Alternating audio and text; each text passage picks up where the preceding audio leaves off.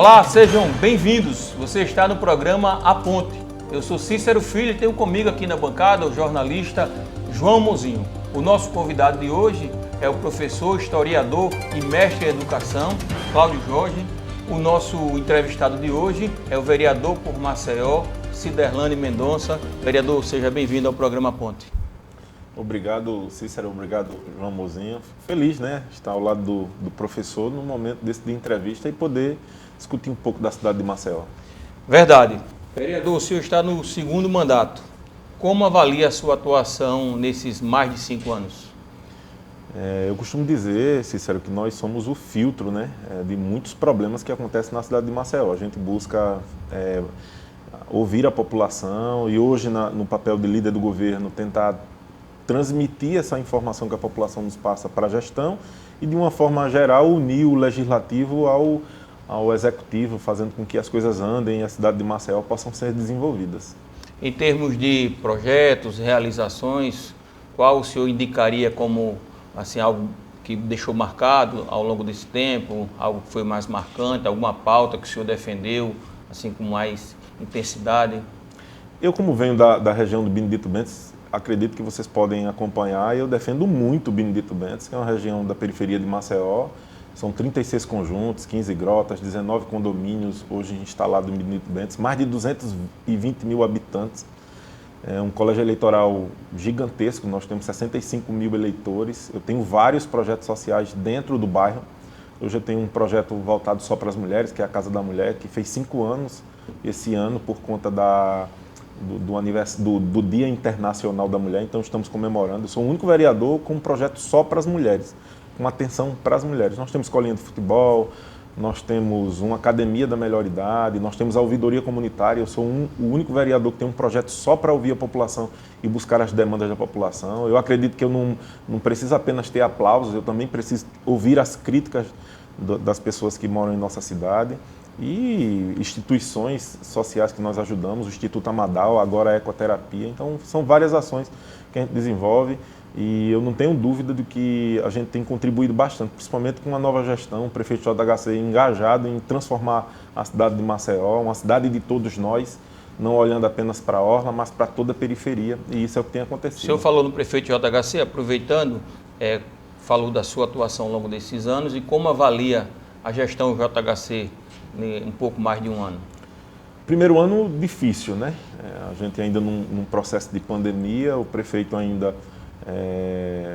trabalhando dentro de uma linha da lei orçamentária da gestão anterior, porque foi colocado através do gestor anterior, e a gente com dificuldades, uma dificuldade financeira, mas o prefeito ele conseguiu, junto com a sua equipe técnica, o secretário João Felipe, um exemplo tem dado para a cidade, captação de recursos, fazendo com que a cidade possa ser desenvolvida. Eu vejo o prefeito, de forma geral, no seu primeiro ano de mandato, uma avaliação muito positiva. João Mozinho.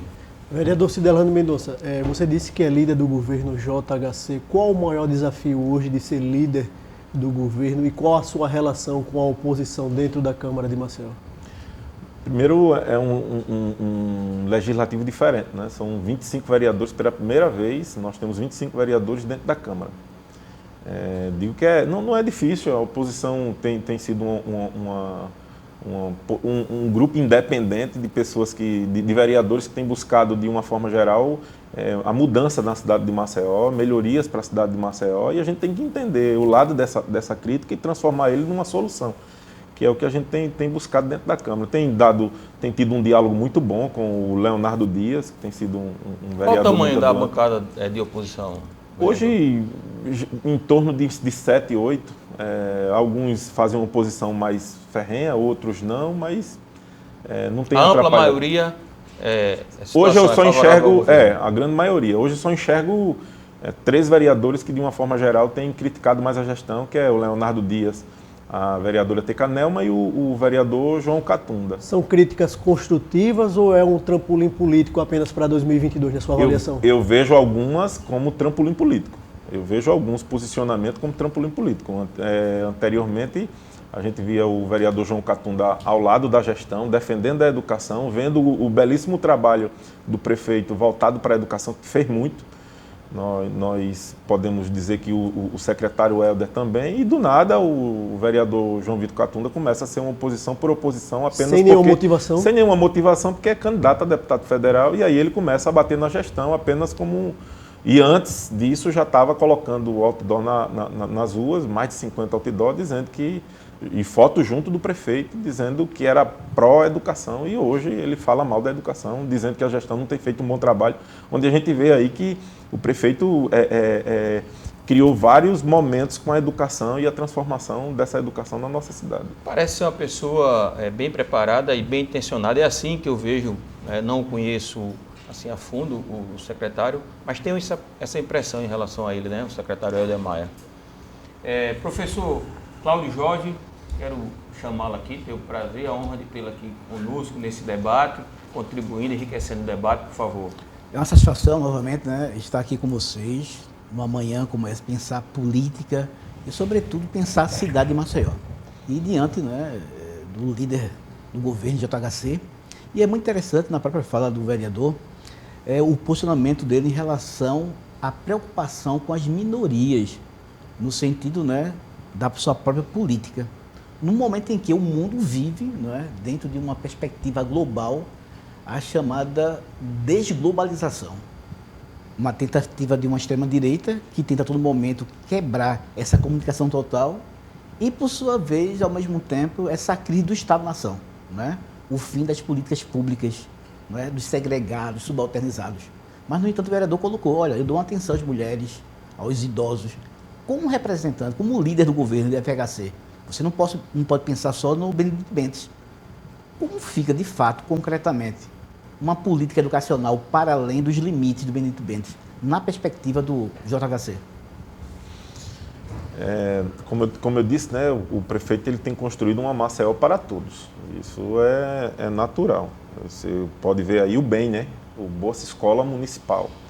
A gestão anterior segurou merenda, não fez a distribuição dos valores do que economizou na merenda no período escolar, não fez nenhum incentivo.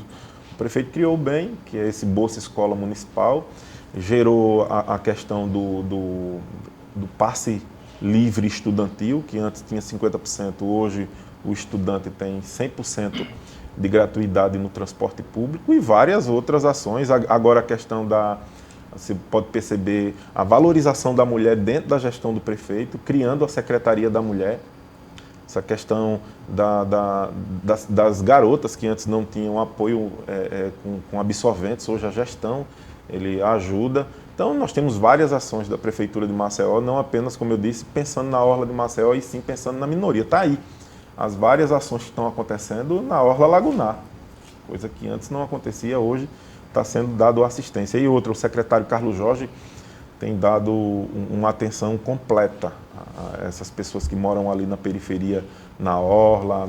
Ontem eu estava com ele, nunca houve um programa de incentivo a um feirante. Nós conseguimos fazer a realocação de todos os feirantes do canteiro central do Benedito Bentes, levando todos esses feirantes para um espaço onde foram instaladas 18 tendas 12x12, uma feira ao ar livre hoje, com incentivo financeiro da Prefeitura de Maceió. Então tem dado sim atenção a quem mais precisa. Seguindo essa pauta relacionada à gestão, né, a atual gestão do município, como líder do governo na Câmara, na sua opinião, o prefeito JHC deveria deixar a Prefeitura para disputar o governo do Estado? É uma avaliação difícil, né? Ele, por mais que esteja num bom momento, e eu costumo dizer que o prefeito JHC está com o cavalo selado, hoje as pesquisas mostram isso. Só que existe uma conjuntura política sendo avaliada ainda, nós temos o senador Rodrigo Cunha, que também tem uma boa avaliação, faz parte do grupo político hoje que eu também faço parte. Eu acredito que lá na frente, ainda agora, até o dia 2 tem a questão das filiações partidárias, mas tem até agosto para fazer essa definição. O prefeito ainda está... Mas para que ele possa ser candidato, ele tem que se afastar tem que agora. Se compatibilizar, né? Agora. É agora, mas aí tem uma avaliação. Ele está em Brasília, não vamos ter pressa, vamos aguardar. Mas assim, lá no íntimo, o que é que o seu termômetro, vereador? O seu termômetro, ele deveria ser candidato ao governo? Pelo contexto atual, se fosse o prefeito, eu seria candidato. Porém, tem muita coisa em jogo aí, né? E uma avaliação dele... São muitos fatores a serem exato, avaliados. o próprio Rodrigo Cunha, a suplente é a mãe do prefeito, que é a doutora Eudócia. Então, na ausência, numa possível vitória do próprio Rodrigo Cunha, a mãe do prefeito, a doutora Eudócia, vira senadora da República. Então, tem esse contexto. É um elemento importante também. Exatamente. Então, tá nesse jogo político ainda, esse xadrez, vamos avaliar, vamos ter Falando em escolhas, vereador, é ventilada a sua saída da Câmara de Vereadores para assumir uma secretaria em Maceió. Existe essa possibilidade de você assumir uma secretaria? Qual seria essa secretaria? Você tem esse anseio de estar mais próximo do Executivo? Pode dizer em primeira mão. Em primeira mão, né? Assim, existe sim uma possibilidade, não posso descartar. O desejo é gigante, eu acho que eu poderia sim contribuir no Executivo, participando de alguma secretaria. Não sei dizer, apenas especulação. Foi colocado aí que 2 vereadores, por eu ter uma ligação muito forte com o prefeito e ser fiel à gestão. Vamos dizer que sim, mas eu nunca fui chamado pelo prefeito para dizer, você vai assumir tal pasta e é isso que vai acontecer. Existe essa possibilidade, porém... Você tem afinidade com alguma parte específica, assim, mais afinidade, vereador, por favor? Não, de forma específica, como eu gosto muito da parte assistencialista, eu acho que a Secretaria de Assistência, algo voltado para a própria Secretaria de Infraestrutura, um açudes, algo que possa ser desenvolvido, mas nada que o prefeito diga, é essa parte ou você... Não houve esse diálogo. Na prática, ainda, você aceitaria o desafio? Aceitaria, com certeza. Até porque eu acho que a cidade de Maceió, com eu assumindo uma função dessa, eu não tenho dúvida de que Maceió ganharia muito diante do que eu gosto de fazer e do trabalho que eu venho desenvolvendo, entendeu? Se houver essa possibilidade, vamos para cima. Professor Cláudio Jorge, sobre esse tema, que avaliação o senhor faz desse momento político, né, que Alagoas, Maceió vive, porque nós temos muitas nuances, né?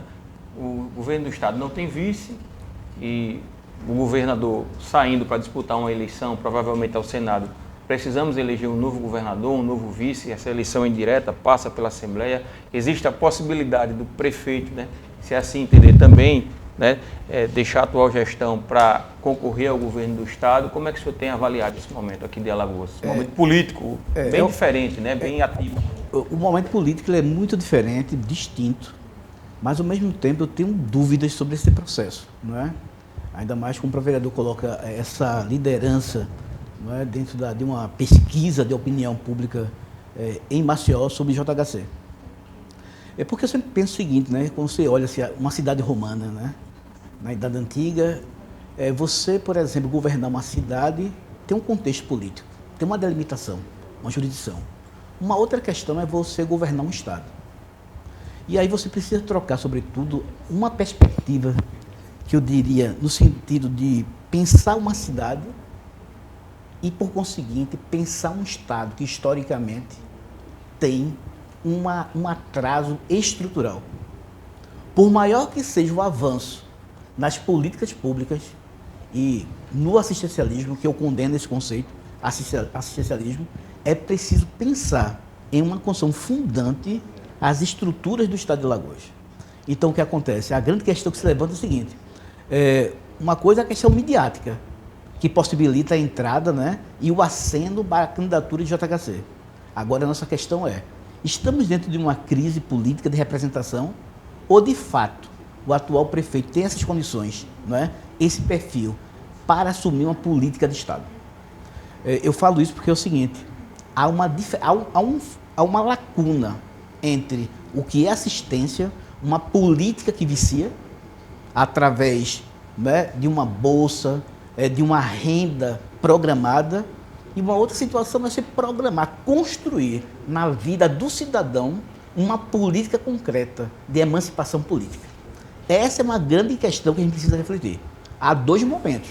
O momento de uma mídia que, inclusive, diz e seduz a possibilidade do prefeito ser o governador, e do outro lado, concretamente, e eu diria até dialeticamente, a necessidade de um Estado que grita por uma mudança concreta para além do assistencialismo social. Vereador, o senhor falou da sua atuação, reflexões importantes, viu, professor? O senhor falou sobre a sua atuação no Benedito Bentes, na parte alta de Maceió, né? Uma atuação maior ali. Na sua avaliação, quais as principais chagas daquela localidade e como solucioná-las? Eu vejo o transporte público como um caos, né? Vejo o principal fator que deveria a gestão buscar fazer uma mudança. Benedito Bentes hoje, como eu tinha falado, nós temos vários conjuntos, grotas e residenciais que estão chegando no bairro. Nós verificamos que o transporte público continua o mesmo, desde 1992, com a implantação do sistema de transporte de integração no bairro. Nós temos um terminal lá, que é o terminal do Mucamo, que a gente pede a descentralização e não acontece. Isso eu tenho feito críticas, mesmo sendo líder a própria gestão. Nós precisamos criar um sistema de transporte dentro do bairro diferenciado, porque é um bairro diferente, é um bairro que tem uma população gigantesca.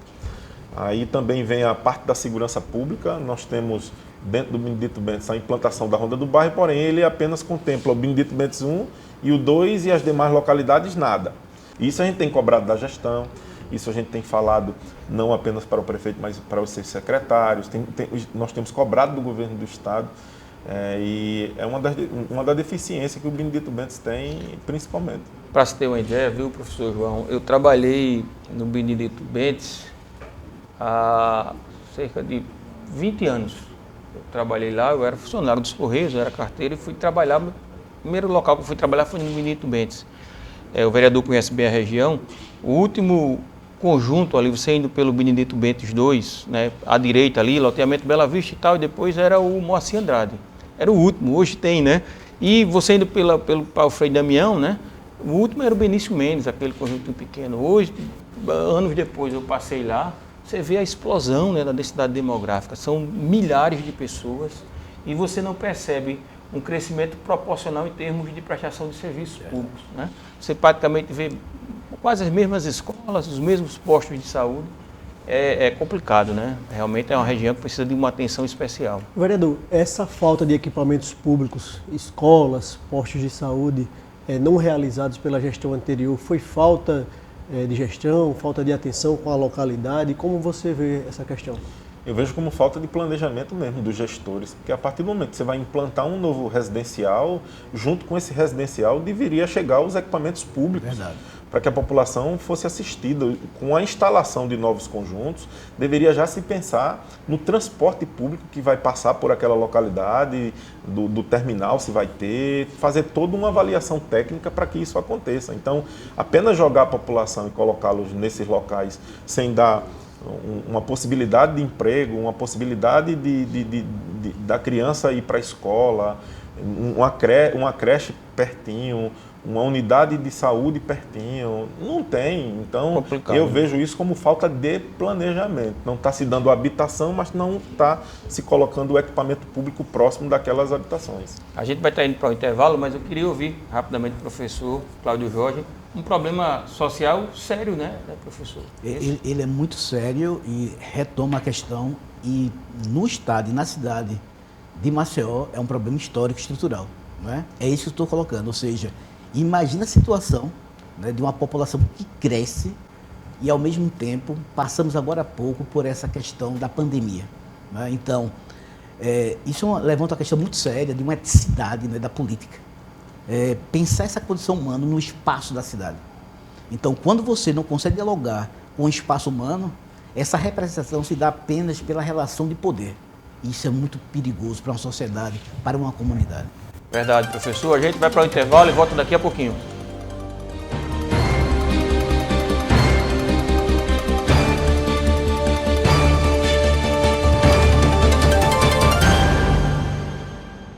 Somos mais de 3 milhões de alagoanos pensando e construindo opiniões com base nas informações que não param de chegar. Hoje são bilhões de mensagens e notícias que nem sempre trazem a verdade. A Folha de Alagoas traz jornalismo de verdade, tem compromisso com a apuração dos fatos e lançou novas ferramentas. Além do portal folhadealagoas.com.br e do semanário impresso, agora você também conta com a versão digital do jornal e tem tudo disponível através de um app. Baixe o app Folha de Alagoas na Play Store e tenha segurança dos fatos. Em tempos de fake, valorize a verdade. Assine Folha de Alagoas.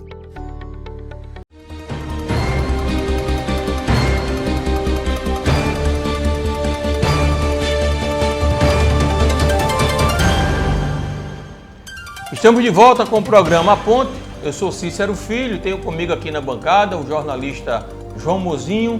O nosso convidado de hoje é o professor, historiador, mestre em educação, professor Cláudio Jorge. E o nosso entrevistado é o vereador por Maceió, Ciderlane Mendonça, líder do governo na Câmara. Vereador, mais uma vez, muito obrigado pela gentileza de atender o convite do programa A Ponte. Estou feliz, né? Mais uma vez, dizendo a vocês que é com grande satisfação da gente poder estar debatendo aqui de uma forma mais ampla e clara. Né? Temas importantes para a sociedade, né? Para o nosso estado, para a cidade. Todo homem público é importante, né? Ele fazer essa espécie de prestação de contas, né? Conversar, dialogar com a população é importante, por isso que a gente agradece aqui.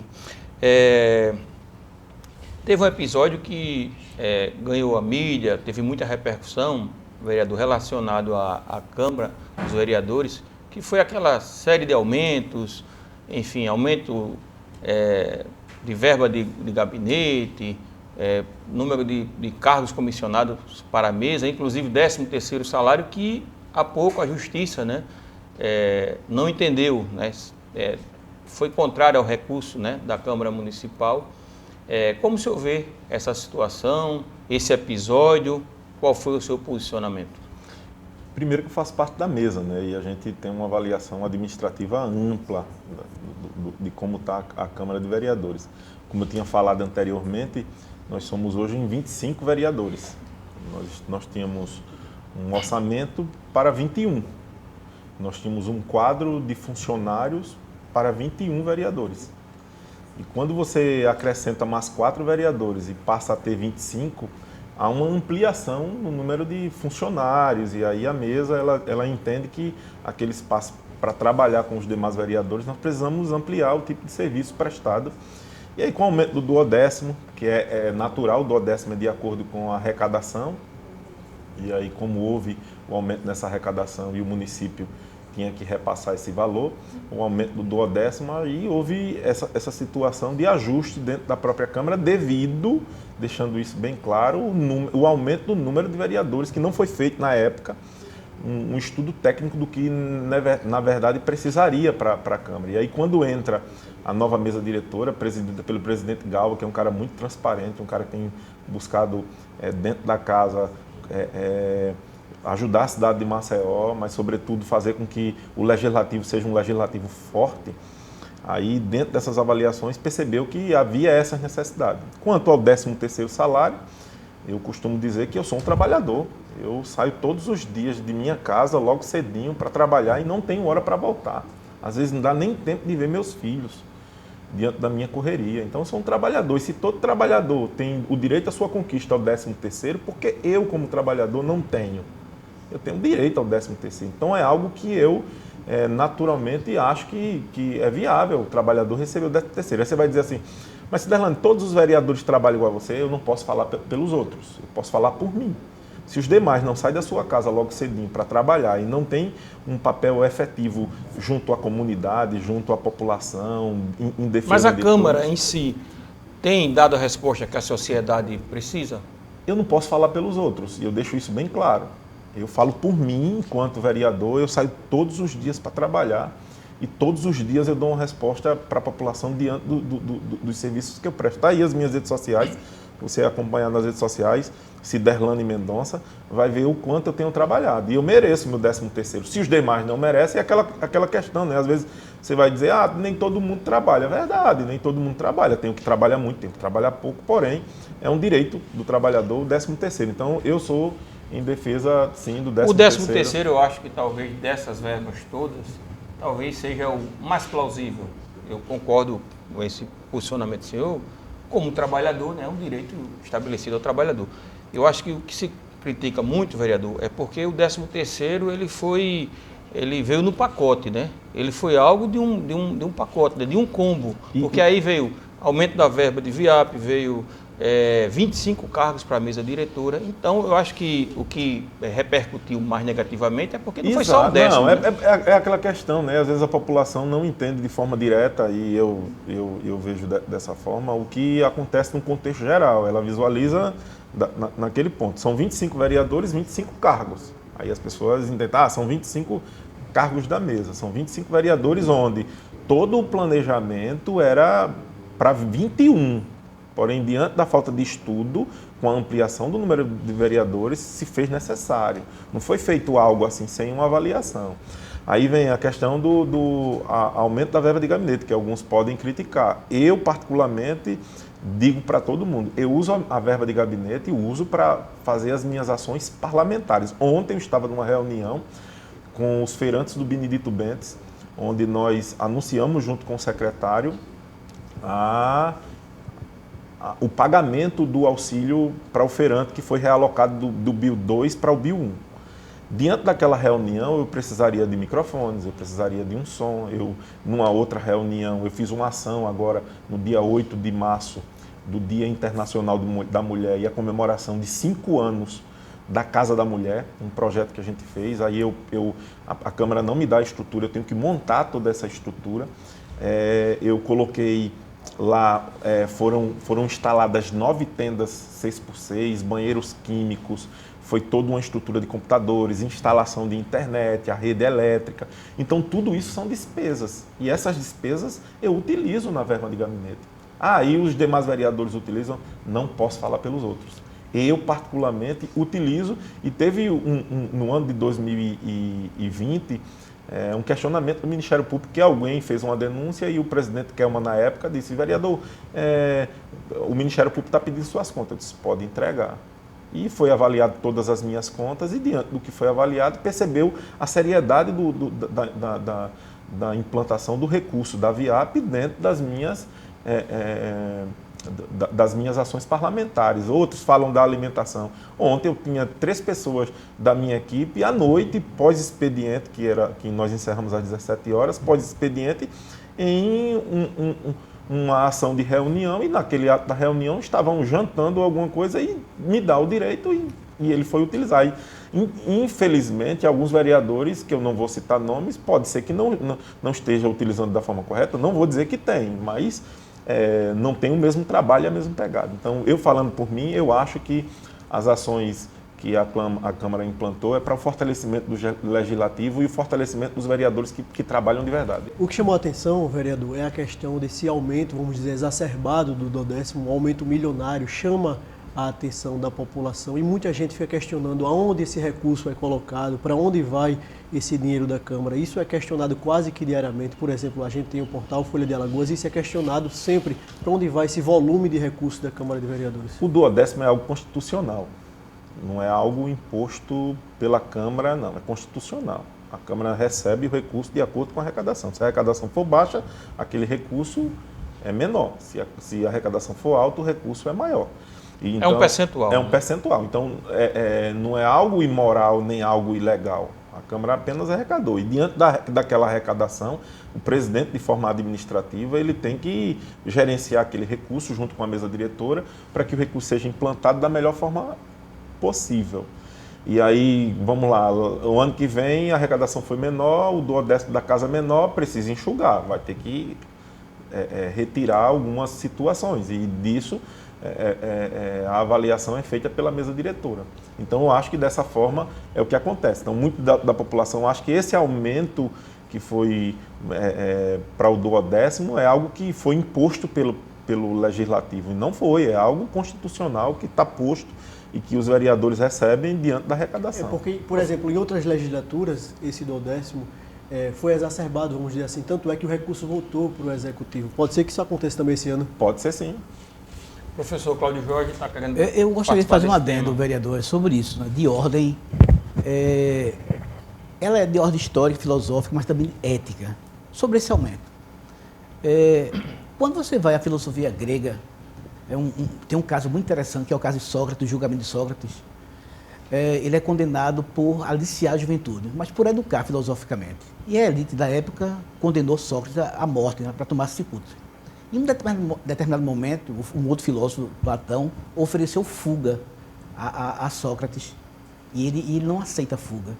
Porque, segundo ele, viver é se relacionar à existência da cidade. Então, ele fora da cidade seria a própria morte. Então, o pensamento desse filósofo era pensar a cidade dentro do que é mais puro do ser social ou do ser humano. As condições, as virtudes. É essa questão que eu quero indagar. Esse aumento nessa perspectiva, porque legal também era a escravidão. Legal também era a escravidão. É de questão ética. Na sua perspectiva, enquanto avaliação crítica, eu pergunto ao senhor, não estou perguntando que da legalidade ou se é uma condição constitucional, mas dentro de uma representação social, para a população de Maceió, Benedito Bentes, como você julga tal situação? Eu vejo de uma forma, no contexto geral, como eu ressaltei, as ações parlamentares, diante do que nós executamos dentro do bairro, eu faço o papel de um vereador com ações executivas que não faz parte da minha prerrogativa como legislador. Eu não precisava estar dando ações na área de saúde. Precisava ter a Casa da Mulher com citologia, com clínicos, com exames laboratoriais gratuitos, com pré-natal. Eu não precisava estar fazendo isso. Eu não precisava estar dando, através de uma instituição, fisioterapia gratuita e vários outros exames. Eu não precisava ter uma academia da melhor idade, onde nós reduzimos o número de medicamentos de idosos utilizando medicamentos para o coração, para hipertensão, para diabetes, onde a gente tem uma ação de prevenção. Eu não precisava fazer uma ação com a escolinha de futebol para tirar as crianças e adolescentes do mundo da criminalidade, porque eu sei que dentro desse caminho a gente ajuda. Eu, como policial militar que sou, eu sei que não adianta você querer apenas oprimir com polícia. Você precisa dar um contexto geral de ajuda. Cultura e outras atividades que nós desenvolvemos. Mas aí o senhor professor pergunta, e por que você faz, Derlando? Primeiro que eu venho de família humilde. Eu sou um filho de uma merendeira, meu pai era um vigilante, minha mãe tinha que sustentar 5 filhos, além de fazer merenda numa escola, ela tinha que costurar, vender Avon, vender Hermes e tudo isso. Então eu venho de um bairro de periferia, eu estou há 36 anos no Benedito Bentes, onde eu vejo pessoas que, dentro de um contexto geral, foram criadas comigo e não tiveram a oportunidade e não buscaram essa oportunidade como eu busquei. E aí eu preciso fazer de forma diferente para contemplar quem, na verdade, não tem essas oportunidades. E diante do mandato que eu tenho, diante das possibilidades que são me dadas, e diante, com todo esse contexto que você fala da questão do duodécimo, eu utilizo o meu mandato para beneficiar quem mais precisa. Eu tiro até do meu para poder ajudar quem mais precisa. E assim eu tenho feito. Eu poderia hoje estar como outros aí, apenas assistindo e de 4 em 4 anos aparecer ou comprar voto ou fazer o que quer que seja. Mas eu não faço isso, eu sou presente durante 4 anos. Então, por isso que eu não julgo, professor, os demais vereadores pelas ações, ou não julgo a Câmara num contexto geral por essa atitude e algumas ações. Eu vejo que o meu mandato, eu gostaria muito de que os outros vereadores ou alguns outros fizessem a mesma pegada que eu faço. Mas nós somos diferentes, cada um tem uma política diferente. E aí eu costumo dizer que essas ações que foram acontecendo na Câmara, eu não vejo como me beneficiou, não. Eu acho que beneficiou de uma forma direta a população. O que a população tem que fazer, de uma forma geral, é cobrar o vereador a quem eles votaram, ou cobrar os vereadores, mesmo se ele não votou, num contexto geral, que faça o mesmo trabalho, que faça uma distribuição do que ele recebe pela Câmara, seja via VIAP, seja salário, seja algum benefício desse, que ele de forma direta ajude a população, porque lá na ponta tem alguém precisando. E é isso que às vezes não acontece, entendeu? Então as pessoas se enganam com um belo sorriso, com um olhar diferente, com um aperto de mão, e eu sou muito direto. Eu acho que o tempo que eu passei na polícia, eu sou muito direto. Existe isso na Câmara Municipal de Maceió, vereador? Existe isso em qualquer lugar. Político só dá o abraço, e só dá a florzinha, e só dá no período eleitoral, e depois some. Eu sou a favor de que o voto fosse distrital, para que o vereador ele tivesse um apego e tivesse um trabalho específico naquela região dele. Como eu defendo o Benedito Bentes, porque é uma região de periferia e precisa do meu trabalho. Não que eu não possa deixar de atender outra comunidade, porque quando eu sou chamado assim, eu vou. Agora, eu acho que o voto distrital ele seria muito importante, porque nós iríamos fazer com que o vereador ele regionalizasse o seu trabalho e focasse naquela região, porque se ele não trabalhar pelaquela região, ele não vai obter os votos, não vai ter os votos necessários para ganhar uma eleição. Falando sobre essas questões mais específicas da Câmara, vereador, a vereadora Teca Nelma esteve aqui com a gente no programa. O senhor, como militar, me veio à cabeça agora, pode conhecer melhor essa realidade, é que existem pessoas na Câmara, assessores de um vereador, do vereador Fábio Costa, ela falou, que andam armados, tem pessoas andando na Câmara Municipal, tendo livre acesso, andando armados, mesmo sem ser policiais. O que é que o senhor pode dizer em relação a isso? Isso existe? Como é que está essa questão? Porque, inclusive, o porte de arma é algo regulamentado, né, por lei. Você precisa ter uma autorização para andar armado, enfim. Isso existe na Câmara de Maceió? Na Assembleia tem pessoas que andam armados, são seguranças dos deputados. Certamente o delegado Fábio Costa, por ser uma pessoa que vive na ação direta, porque ele ainda exerce a função de delegado na ação direta em combate à criminalidade, faz necessário que ele ande com segurança, faz necessário que ele tenha um aparato ao seu redor que o defenda. Eu acho que a vereadora Teca Nelma é muito mimimi, muita coisinha. Ela, na verdade, oprime algumas colegas do próprio trabalho. Secretária, recentemente, ela cortou o microfone da secretária da mulher. Porém, quando faz algo com ela faz todo um festival. Então, se existe alguém dentro da Câmara de Vereadores utilizando uma arma de fogo que não tem porte, tem um erro aí. Aí eu concordo. Em relação a isso que eu estou falando. Tem um erro. Viu, aí vereador? O delegado Fábio Costa, naturalmente, como é delegado, ele deveria não ter essa postura de dar uma arma a quem, na verdade, não tem o porte. E eu não posso aqui afirmar, a gente faz o papel jornalístico, claro. Exato. Porque eu não conheço essa realidade. Foi dito aqui pela vereadora, algo que chamou a atenção, porque, como o senhor falou, isso é militar. Portar arma precisa de autorização expressa, né? Não é todo mundo que pode portar arma, inclusive é crime, né? O porte ilegal de arma é considerado crime. Mas se ela tem, me desculpe interromper, se ela tem essas informações, por que ela não faz a denúncia?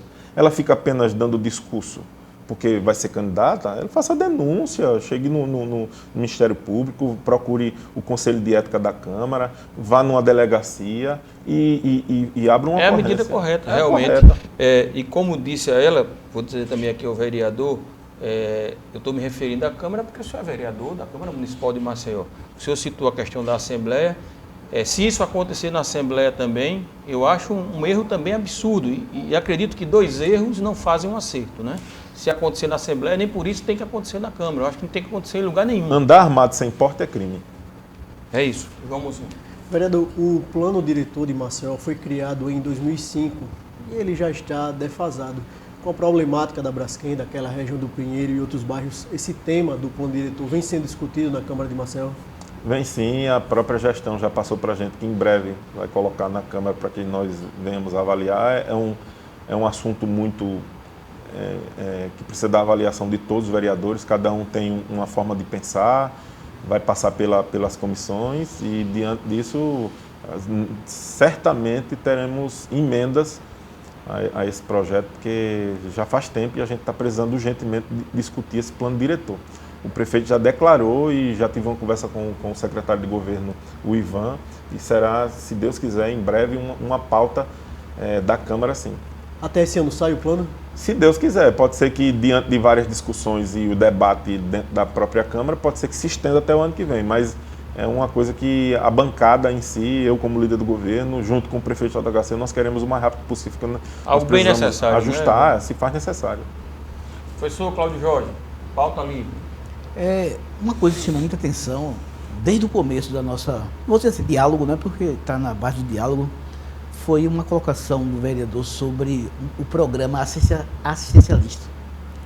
E eu, como educador, isso preocupa, né, porque uma educação ela tem que necessitar entender uma mudança social. né, uma mudança concreta em uma sociedade, em uma comunidade. É uma pergunta que eu gostaria de fazer o seguinte, não só para você diretamente, assim, mas assim, pensando na ideia do prefeito, da educação em Maceió, Benedito Bentes, o assistencialismo, ele não poderia levar também a um limite humano e social do desenvolvimento? Quando você propõe uma política assistencial, ao mesmo tempo, você percebe, por exemplo, a questão do professor, da educação, não só a alimentação, não só uma técnica ou tecnologia. Essa proposta sua vai além dessa relação limitada do assistencialismo? Porque pensar no Benedito Bentes, numa comunidade, é pensar também nesse futuro dessa juventude. Como você vê isso? Eu, na verdade, eu crio, professor, ambientes. Para que dentro desses ambientes a gente não apenas dê o peixe, mas ensine a pescar. Eu acho que a prefeitura também tem feito esse papel, entendeu? Eu acho que essa parte assistencialista a gente tem que criar um ambiente. E quando eu faço, eu gosto de dizer que eu faço esses projetos sociais, e são vários, são 10 dentro do bairro, e dentro dessa política eu adoto que a gente, como muitas das vezes eu me esbarrei com um rapaz que trabalha de servente. Eu disse, que idade você tem? Ele disse, 20 anos. Eu disse, até quando você quer continuar nessa vida? Eu já fui servente de pedreiro. Eu carrego as cicatrizes na mão de uma época difícil de minha mãe, tendo que ajudar. Porque além da minha mãe ser merendeira, meu pai vigilante, meu pai na época, hoje não, hoje ele é evangélico, era alcoólatra. Uma família desestabilizada que eu poderia não ter dado certo. Mas diante de ter sido servente de pedreiro, vender picolé, vender pirulito, eu consegui me sobressair a tudo isso. E eu perguntei a ele, o que é que você tem feito para mudar a sua vida? Qual o seu planejamento para o amanhã? Você está pensando só no hoje, e amanhã? O que é que você pretende? Vai continuar nessa vida? Então, dentro dos nossos projetos, além de todas essas ações, nós temos as assistentes sociais trabalhando junto com os beneficiados, nós temos as psicólogas trabalhando a parte de incentivo também para essas pessoas, e eu não tenho dúvida de que a gestão do prefeito JHC tem a mesma pegada. Ela não apenas dá aquele papel, aquela ajuda assistencialista, ela dá também faz a colaboração de fazer com que aquela pessoa se desenvolva, entendeu? Vereador, está chegando o nosso tempo. O senhor é filiado ao PSB, que nacionalmente forma uma aliança com o PT, mesmo não fazendo parte da federação, é o que indica, mas irá formar uma aliança com o PT, provavelmente inclusive indicando o vice, né, caso o Alckmin se filie ao PSB. No entanto, aqui em Maceió, aqui em Alagoas, o PSB tem nos seus quadros bolsonaristas, enfim, que não se aliam ao PT. Na sua opinião, na sua avaliação, como o PSB deve proceder aqui, o senhor vota em quem para presidente da República? É muito difícil esse posicionamento, né? Hoje você se escolher lados, se você ficar do lado da esquerda, leva uma paulada de um lado. Se for para o lado da direita, outro. Se você ficar no centro... Mas como homem público e um parlamentar, você precisa ter um posicionamento hoje, claro. Eu sou muito de centro, eu sou um cara muito sensato. Eu não vejo, por mais que o partido tenha uma inclinação para estar junto com o PT, também uma grande possibilidade está se cogitando de que o prefeito JHC poderá ser um possível governador com apoio de Arthur, que vai marchar com o Bolsonaro. Eu vou muito pela linha do que o meu comandante hoje definiu. Se o comandante hoje é o prefeito JHC, para onde ele for, terá o meu apoio. Essa é a minha decisão. É claro que eu tenho uma decisão própria, mas eu não posso fugir dessa realidade. Eu estou aguardando as decisões do meu principal comandante, que é o prefeito JHC. Ok, vereador, agradeço aqui a sua participação no programa Ponte. Programa bacana, podemos falar sobre vários assuntos, né, importantes para a sociedade, para a população de Maceió, de Alagoas. É bom, homens públicos precisam falar, né, precisam emitir opiniões, as pessoas precisam conhecê-las. Agradeço aqui ao professor Cláudio Jorge pela participação. Mais uma vez, obrigado, professor. Muito obrigado, foi uma verdadeira satisfação. João Mozinho, meu camarada aqui de bancada, estamos juntos, né? Obrigado, Cícero. Obrigado, vereador Ciderlândia. Obrigado, professor Cláudio Jorge. É isso, obrigado a você pela audiência e até o próximo sábado.